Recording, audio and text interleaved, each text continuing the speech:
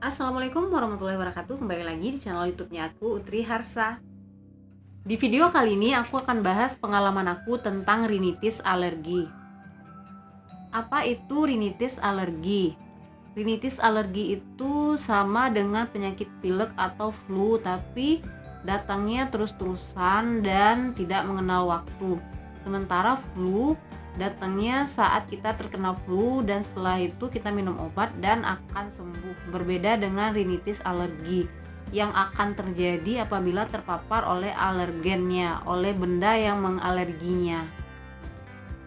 Kalau rinitis alergi itu sendiri peradangannya hanya ada pada hidung, yaitu pada rinitis atau bagian dalam hidung. Nah, peradangan yang terjadi karena rinitis alergi ini adalah bentuk perlindungan tubuh terhadap zat alergen atau zat penyebab si alergi. Jadi itu adalah bentuk perlawanan tubuh kita untuk melindungi tubuh saat si zat alergi itu masuk ke dalam hidung. Nah, bentuk perlawanan itu seperti bersin, mengeluarkan lendir dari hidung. Cuman lendir yang dikeluarkan saat rinitis alergi ini berbeda dengan lendir saat kalian flu atau sedang ingusan.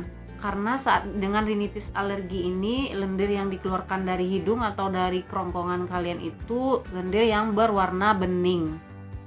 Beningnya itu hampir seperti air, jadi dia menyumbat bagian hidung dan dia juga bisa keluar sendiri begitu saja sampai ke bagian depan hidung. Nah, aku akan mulai dari pengalaman aku. Jadi pengalaman pertama aku terkena rinitis alergi itu kira-kira di tahun 2013. Jadi sebelumnya itu aku memang mempunyai alergi, tapi bukan si rinitis alergi. Alergi yang aku punya pertama kali itu adalah alergi di bagian kulit. Jadi saat ada cuaca dingin atau udara yang tidak bagus atau dari panas ke dingin ada perubahan udara yang signifikan. Jadi biasanya saat terjadi perubahan cuaca atau cuaca dingin seperti itu biasanya akan tumbuh atau timbul ruam di kulit aku seperti gigitan ulat, bentol-bentol kemerahan. Jadi selama beberapa menit atau beberapa lama ruam itu akan tetap sampai aku minum obat si alergi. Dan alergi ini juga akan timbul saat aku memakan makanan berupa seafood atau udang, kerang, pokoknya makanan yang berupa seafood, makanan laut seperti itu. Dan alergi ini juga akan muncul setelah itu. Tapi saat makan seafood atau makanan laut seperti itu, dia akan munculnya lumayan lama setelah aku mengkonsumsinya. Jadi nggak langsung muncul setelah aku mengkonsumsi makanan itu. Berbeda dengan terpapar dengan cuaca dingin atau udara yang tidak bagus atau mungkin serbuk sari dari bunga, itu aku bisa langsung bentol-bentol seperti gigitan ulat. Nah, di tahun 2013 itu pertama kalinya aku flu terus-terusan sampai beberapa hari. Aku kira ini flu biasa yang notabene kalau minum obat nanti akan sembuh. Jadi saat itu aku mulai konsumsi obat-obat flu yang biasa ada di warung. Jadi aku sering banget seperti obat Sanaflu, mungkin semacam itulah obat-obat flu yang bisa meredakan gejala flu. Aku sering banget konsumsi, tapi aku herannya si flu ini saat siang tuh dia berhenti. Kemungkinan dia datang itu saat pagi, malam hari, saat hujan, saat cuaca nggak bagus, biasanya dia muncul. Jadi waktu itu aku memang nggak memutuskan untuk berobat karena flu itu menurut aku suatu penyakit yang biasa. Tapi lama kelamaan si flu ini tidak berhenti dan hampir setiap hari terjadi. Maka aku memutuskan untuk berobat, dan di pengobatan pertama aku dapat sharing dari teman yang juga mengalami gejala yang sama. Aku kira ini berupa si sinusitis karena teman aku mengalami sinusitis. Jadi aku kira ini hal yang sama. Ternyata aku berobat ke dokter, diberi obat flu dan aku sembuh. Dokter pun mengira ini hanya flu biasa. Lama kelamaan ini terjadi dan terjadi lagi, jadi aku pergi ke dokter lagi untuk berobat. Dan saat aku berobat lagi-lagi diberi obat flu dan aku setelah itu mengatakan aku ada kemungkinan sinusitis, dan si dokter itu sedikit tidak percaya atau agak aneh gitu, kenapa aku bisa berpikiran aku sinusitis gitu. Karena sinusitis itu yang bisa memberikan penerangannya kalau aku sinus atau enggak itu ya si dokter, bukan aku sendiri yang memikirkannya gitu. Jadi karena seperti itu, flu aku tidak kunjung sembuh, aku diberi obat selama 3 hari, terus nggak sembuh juga, diperpanjang menjadi 7 hari, obat aku ditambah nggak sembuh juga. Jadi aku dirujuk ke rumah sakit. Nah, saat dirujuk ke rumah sakit, aku juga memberikan kemungkinan si sinusitis ini kepada dokter spesialis THT, dan dokter itu coba mengecek bagian pipi, bagian kening, dan bagian dekat hidung. Dia coba menekan-nekan dan aku nggak merasakan sakit yang seperti yang dirasakan orang yang mengalami sinusitis. Karena sinusitis itu si cairan yang ada di hidung itu masuk ke cairan sinus yang masuk ke bagian sinusitis, yaitu di bawah pipi, dahi, dan hidung. Jadi aku tidak mengalami itu, dan si dokter lagi-lagi hanya memberikan aku obat berupa obat alergi dan tidak diterangkan kalau ternyata aku alergi rinitis. Jadi aku nggak tahu alerginya itu apa, dia cuma bilang aku kayaknya alergi dingin gitu. Jadi nggak signifikan disebutkan aku alergi rinitis gitu. Jadi gejala awal yang dialamin itu ya seperti gejala flu normalnya gitu.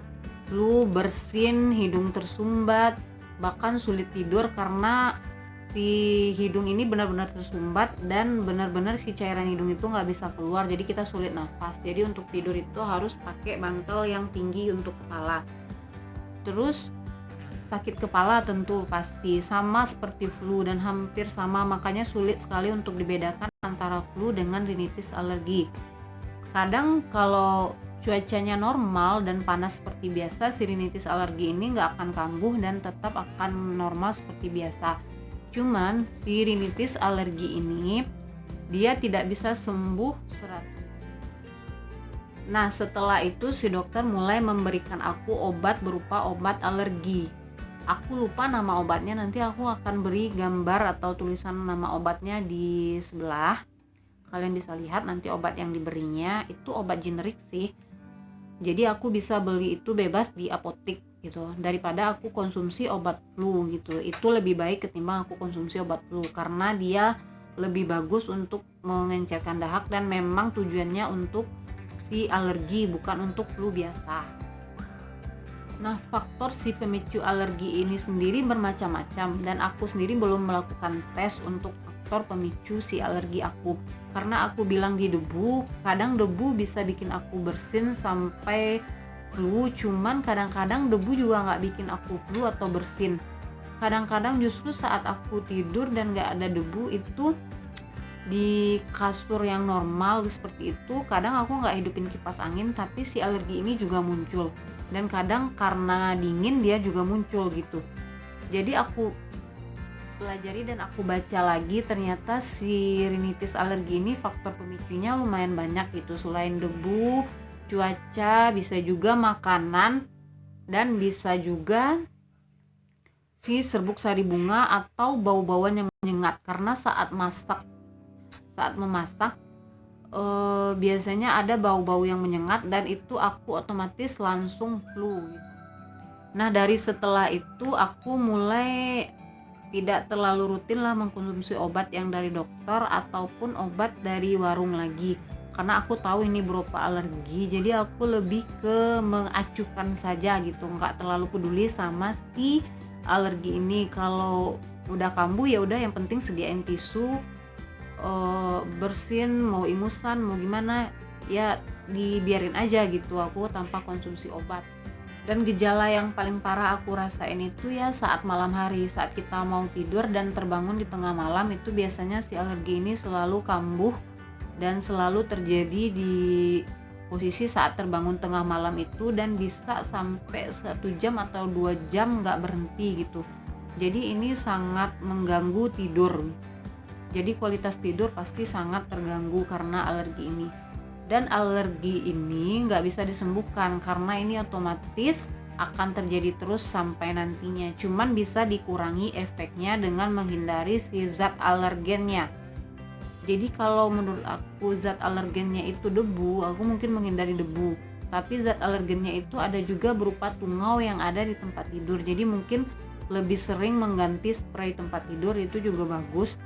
Kadang juga kalau pergi bepergian keluar lebih baik menggunakan masker karena menghindari terkena si faktor pemicunya, karena aku masih belum tahu detail faktor pemicunya itu apa, jadi menggunakan masker gitu. Jadi jangan lupa juga bawa jaket kalau seandainya udara terlalu dingin. Jadi memang si pelindungnya itu si baju dingin atau jaket gitu.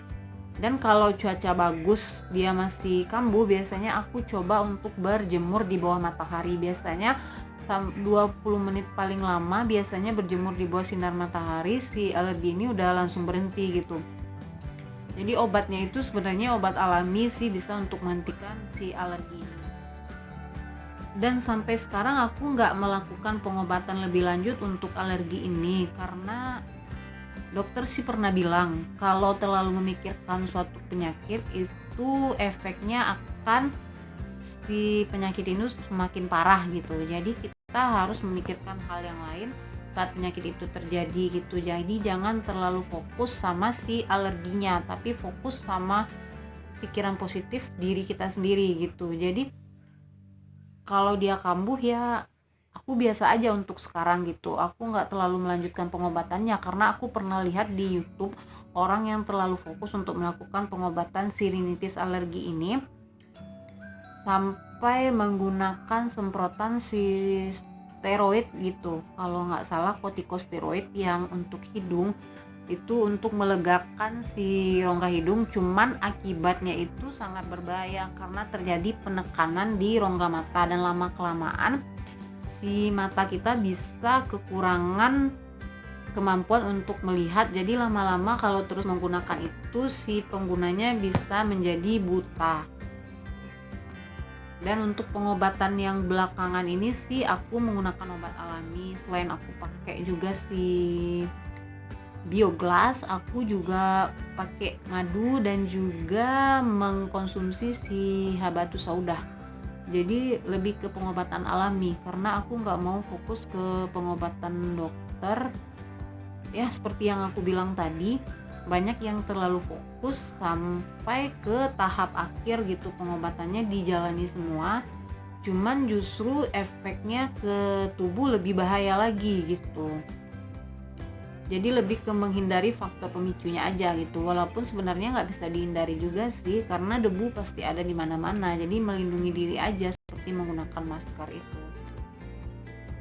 Nah, aku sedikit share nih tentang si sinusitis. Kalau si sinusitis itu sendiri, cairan lendir yang keluar dari hidung itu lebih ke warna kekuning-kuningan atau warna kehijauan. Jadi lendirnya itu nggak bening, jadi jauh berbeda dengan lendir si alergi rinitis.